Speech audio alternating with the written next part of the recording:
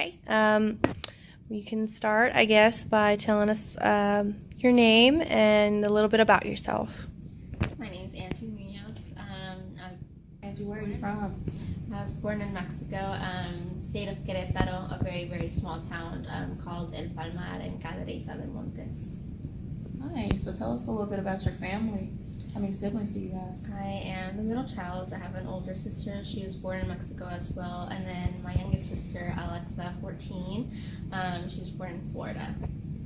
Okay. So do you have any fond memories from your home? I was 4 actually when we moved to Florida, so not at all. But we do go back once a year during the holidays. So it's actually very, very. I enjoy it a lot to go back. So you do have some family in Mexico still? Yes, the majority of my family lives in Mexico. We have a few just like aunts and uncles that live here, but they're in different states, so we don't really see them a lot. Okay. So what are the cultural differences that you see here versus when you go back home? Is there anything that stands out? It's a lot.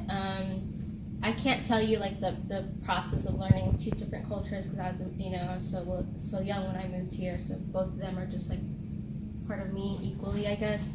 But in Mexico, like I said, we go during the holidays. So I think one of my favorite parts is Las Posadas. It's in Christmas time. We celebrate that. We don't have that here, so it's really, really. Okay. So what different. is it?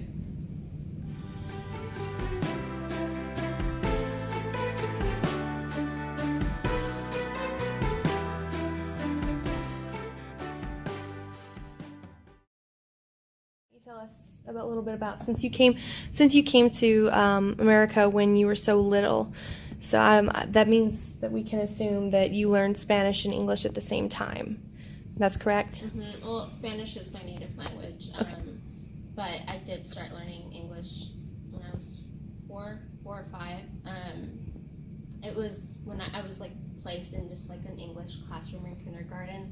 So I don't remember the process of learning English, but I can say that from just stories that my mom has told me. It's like she said that on the first day of kindergarten, I was just like super scared. I mean, I didn't know the language. Angie, you've provided us some really good stuff so far. Can you tell us about maybe a teacher or someone growing up who influenced or greatly helped you while you learned English or just while you were in school? Mm-hmm. So we lived in Florida from like kindergarten to 5th grade, and just like throughout my whole like educational experience, I only had like white women as my teachers until 4th grade. I had my like first like non-white teacher. Her name was Miss Martinez, and she's actually been like the only Hispanic teacher that I've had. And it was great seeing someone that looked like me and spoke the same language as me teaching me. You talked a little bit about Miss Martinez, who was also Hispanic, and she was kind of like your first influence seeing diversity in the classroom. Can you tell us a little bit about her, about how she was as a teacher, or some of the things you remember about her?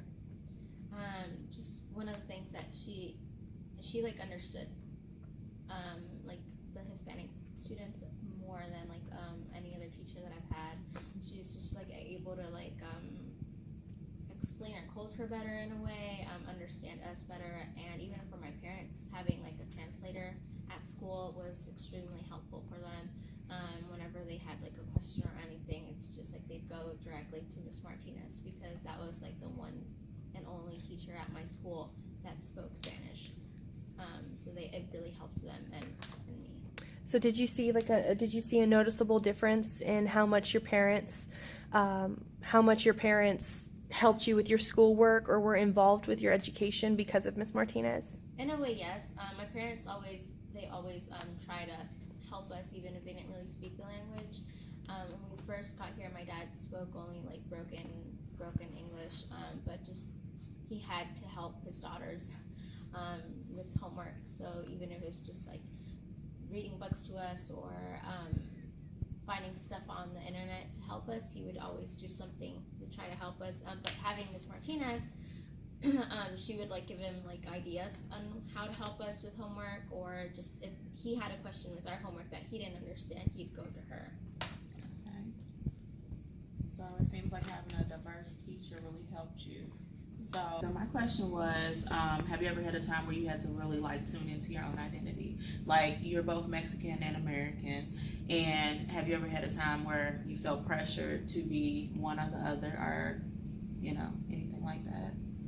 I don't know. I think this question is super difficult to answer because I can't. I mean, just growing up and whenever as I got older, I couldn't really identify with being American because of my culture. Like my parents didn't really incorporate my culture a lot when I was growing up. So a lot of the Mexican culture I've been learning just on my own because my parents, they moved here, they wanted me to learn the American culture. They knew that I was going to be living here, so they didn't really teach me like the Day of the Dead. What I know now is just what I've done my little research over on my own time, not something that my parents have taught me. But I can't identify as American, but I also have a really hard time identifying as just like Mexican. Right. In school, you said pressuring. Yes. I'm fairly light skinned for being Mexican. So I think, and this is gonna sound a little, I'm not sure. I feel like I have been pressured to identify or like use my skin color as an advantage.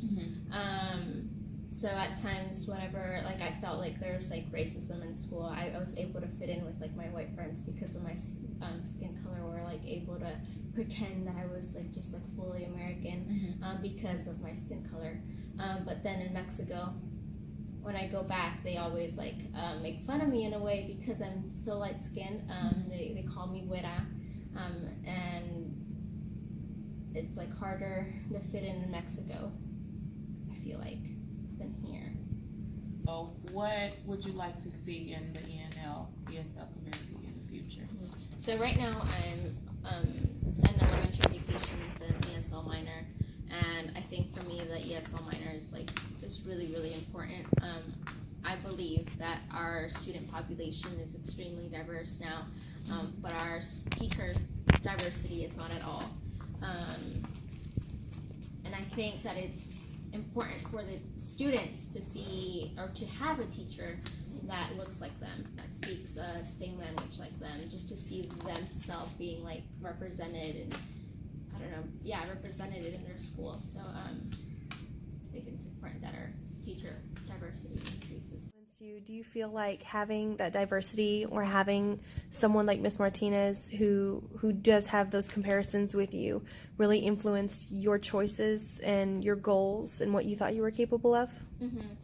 Just seeing her as Latina, who has this, like the same culture and spoke the same or had the same native language as I did, it was just completely different than what I was like used to in a way. So it made me feel that I could be a teacher, and I thought that only like white or Americans could be teachers and not Hispanics, because that's what my teachers were.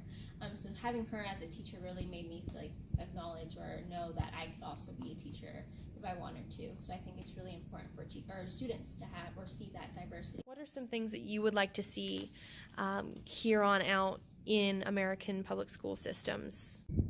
I think there's a few different things, but I think most importantly is obviously increase that diversity within the teachers, but also acknowledging, like I feel like a lot of teachers don't acknowledge the students' like native language, and I think that happened to me as well, to where like one of my ESL teachers forced me to learn English without acknowledging my native language. And I think it's extremely important for someone to acknowledge a student's native language. I mean, that's part of who they are. So I think that has to be acknowledged within their schooling.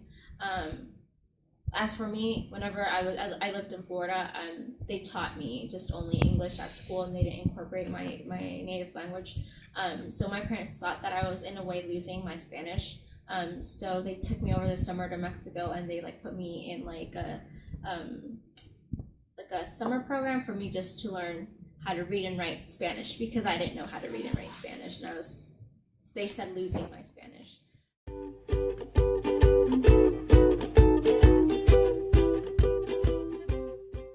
Overall, like being raised in two cultures, I think, like I said, it's really hard to identify with just one because I've taken like parts from each culture to make who I am.